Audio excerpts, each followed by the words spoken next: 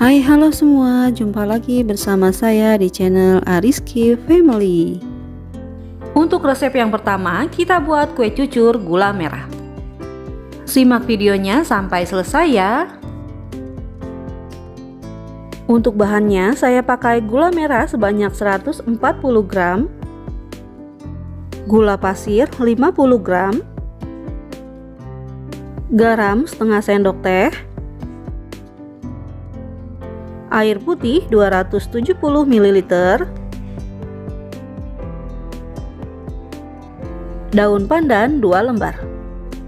Kemudian semua bahan ini akan saya aduk-aduk hingga tercampur rata. Nah, setelah tercampur rata, ini akan saya masak hingga gulanya menjadi larut. Nah, ini gulanya sudah larut, bisa kita matikan kompornya dan tunggu hingga hangat.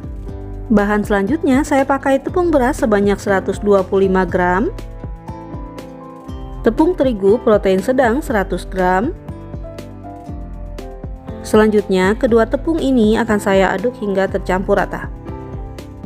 Kemudian masukkan larutan gula merahnya yang sudah hangat kuku, pastikan ini tidak panas. Masukkan sambil disaring seperti ini agar kotorannya tidak ikut terbawa. Dan ini akan saya masukkan sedikit demi sedikit sambil diaduk-aduk hingga tercampur rata.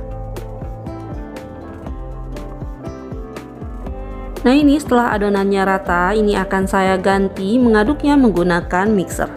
Akan saya mixer adonannya selama 5 menitan menggunakan kecepatan sedang. Tapi jika tidak ada mixer, ini bisa kita aduk manual selama 10 menitan. Nah, ini setelah saya mixer selama 5 menitan, adonannya sudah berbuih seperti ini sudah cukup. Dan untuk kekentalan adonannya seperti ini ya. Sekarang istirahatkan adonannya selama 1-2 jam sambil ditutup dengan kain bersih seperti ini.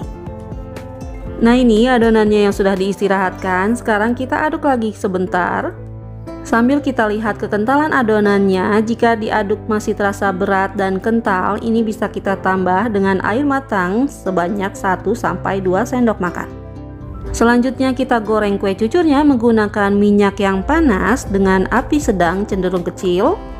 Gunakan juga wajan yang cekung dan tidak lengket. Dan maaf, untuk wajannya ini wajan jadul ya, jadi tampilannya seperti ini. Untuk minyak gorengnya gunakan minyak yang cukup, jangan terlalu banyak dan juga jangan terlalu sedikit. Jika panas minyaknya sudah pas, seratnya juga akan timbul cepat seperti ini. Setelah seratnya sampai ke tengah, kita bantu menyiramkan minyaknya dengan spatula seperti ini. Tujuannya agar bagian tengahnya juga bisa matang. Nah, ini setelah bagian tengahnya sudah tidak mengeluarkan cairan lagi, ini kita balik sebentar dan diamkan beberapa saat untuk memastikan bagian bawahnya matang. Lalu balik kembali sebentar, kemudian kita angkat dan tiriskan.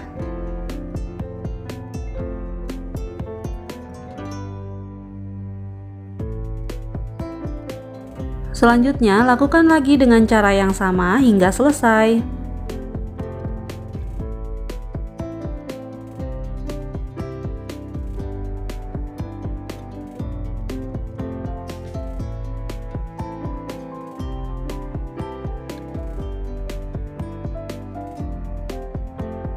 Nah, ini kue cucurnya yang sudah matang. Untuk satu resep bisa jadi 8-9 piece kue cucur gula merah seperti ini.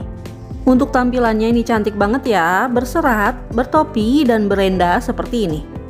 Untuk rasa tentu saja ini enak banget, manis, legit, dan juga empuk. Untuk resep yang kedua, kue gemblong ketan putih gula merah.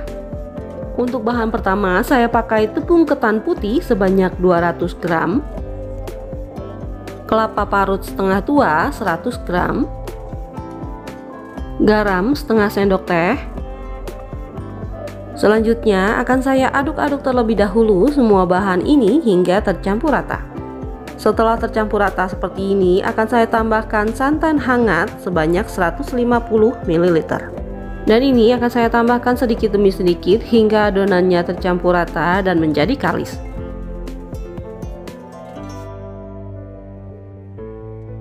Nah, ini setelah susah diaduk dengan spatula, bisa kita aduk dengan tangan yang bersih hingga kalis. Nah, ini sudah sudah tidak menempel di wadah. Ini sudah cukup, sekarang bisa kita bentuk. Untuk membentuknya, ambil sedikit adonan kira-kira 1 sendok makan penuh seperti ini. Kemudian ini akan saya bulat-bulatkan dan bentuk memanjang seperti ini. Dan ini akan saya pipihkan sedikit seperti ini. Dan ini hasilnya, kemudian lakukan seperti ini hingga selesai.